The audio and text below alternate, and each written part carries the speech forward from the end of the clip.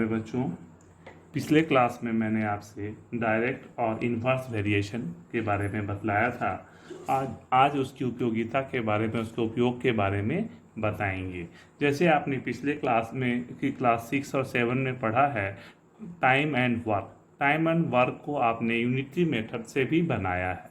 इस क्लास में आप इस तरह के सवालों को आप वेरिएशन का इस्तेमाल करके भी बना सकते हैं। वो कैसे, आइए देखते हैं। Time and work.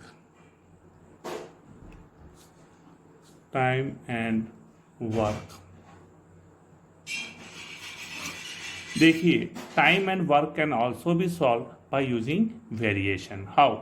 Solution, first of all जैसे आप जानते हैं, work done by a person varies directly with time taken. Amount of work done by a person varies directly by time taken. वो कैसे? किसी भी आदमी के द्वारा जो काम किया गया है ना, अमाउंट ऑफ वर्क जो होता है वह amount of work done by a person varies directly with each other.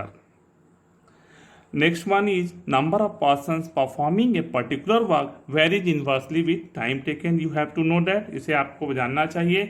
Speed of a moving car and distance traveled by it in a particular time very directly with each other. जैसे आप जानते हैं कि speed is equal to distance by time.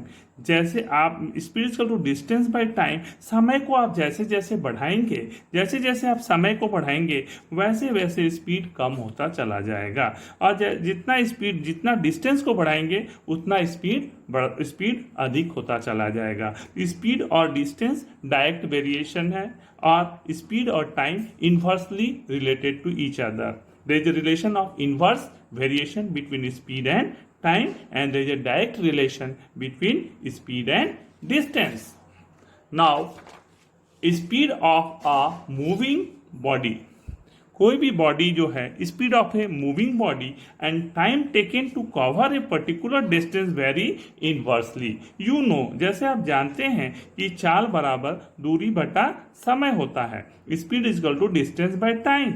As you are increasing the distance means you are increasing the speed. Your speed will also increase means both are directly related to each other. इसका मतलब यह हुआ कि चाल और दूरी दोनों एक दूसरे से डायरेक्ट वेरिएशन के द्वारा संबंधित हैं। उसी प्रकार से यदि आप समय को बढ़ाते हैं तो स्पीड घटता है, तो एक को बढ़ाते हैं तो दूसरा घटता है। वैसे संबंध को इन्वर्स वेरिएशन कहते हैं। तो स्पीड और टाइम के बीच में इन्वर्स वेरिएशन है। ये दोनों इन्वर्स वेरिएशन के द्वारा एक दूसरे से संबंधित हैं। तो speed is equal to distance by time. जैसे जैसे समय बढ़ाएंगे स्पीड घटता चला जाएगा। Speed is equal to distance by time. It means that time and speed varies inversely. Now next one is distance travelled and time taken by a moving body.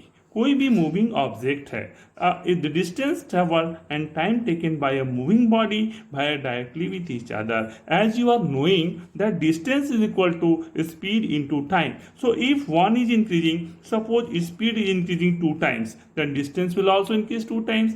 Speed will decrease 2 times, then distance will also speed will decrease. Speed will be half, then distance will be half. So if we are increasing the speed, distance will increase. If we are decreasing the speed, distance will decrease. So both are directly related to each other.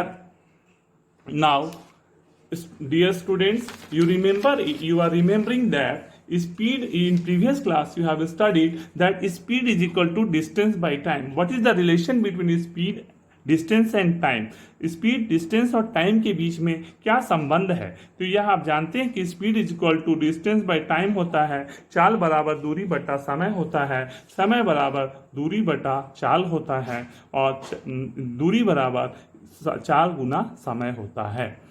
Speed is equal to distance by time, time is equal to distance by speed, and distance equal to speed into time.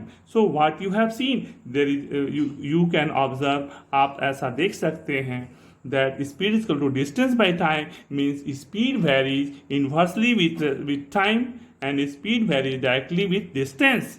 Similarly, time varies directly with distance and time varies inversely with speed. इसी प्रकार से distance varies directly with speed and time. Solution.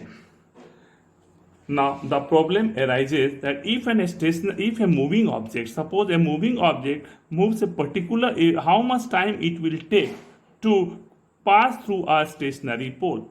So that will be the length of the moving object. Suppose the length of this moving train is given to you, then someone is asking how much time it will take. So what will be the distance covered? So the distance will be equal to the length of the moving object. Here the distance will be equal to the length of the moving object in the way to cross the stationary pole. So distance traveled by a moving object to pass a stationary object is equal to length of moving object. Now a question is given before you to solve by using this concept. Solution ध्यान से सुनिए. एक train 400 metre long, एक train है जिसकी लंबाई 400 metre है, is running at A speed of 72 kilometre per hour, जो 72 घंटे प्रति घंटा की स्पीड से दौड़ रही है. How much time does it take to cross a telegraph post, किसी टेलीग्राफ पोस्ट को पास करने में उसे कितना समय लगेगा. तो यहां देखिए स्पीड क्या दिया हुआ, सॉल्यूशन देखिए. Length of the train is given in meters. So here first of all convert, listen, speed is equal to क्या दिया हुआ आपका, speed is equal to 72 kilometre per hour. Now convert into meter per hour. So how will convert into meter per hour? 72 into 1000 by 3600, you will get it 20 meter per second. So here 20 meter per second is the speed and the length of the train is 400 meter. So now a distance you can, so what you have seen that this question is a case of direct variation. So here distance in meter it is given, distance in meter, and time in second it is given. So how, listen here, 20 meter per second, 20 meter per second, and again 400 meter is the length of the train, and time will be how much? Time will be x. Now calculate it. What is the relation between the two quantities in case of direct variation? So you are knowing that when two objects are in direct variation, then their ratio is constant. So listen here, 20 by 1 is equal to 400 upon x. Do cross multiplication. What you will get? So 20x is equal to 400.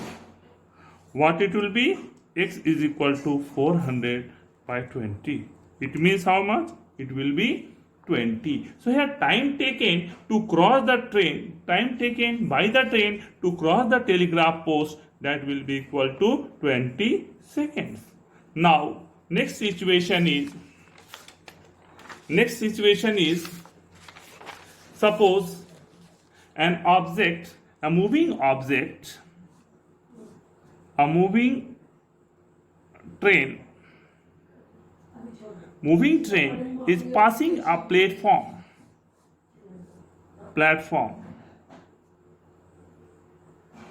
So what will be the distance? So total distance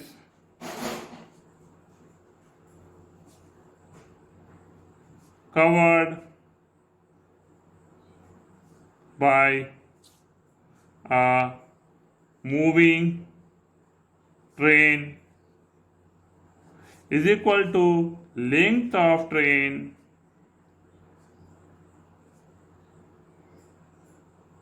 plus length of platform.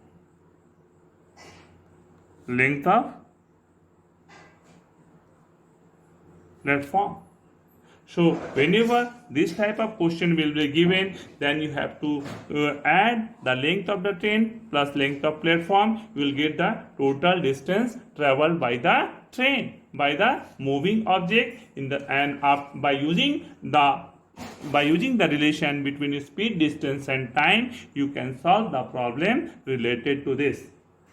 Thank you. In next lecture, I will teach you about linear equation. Okay.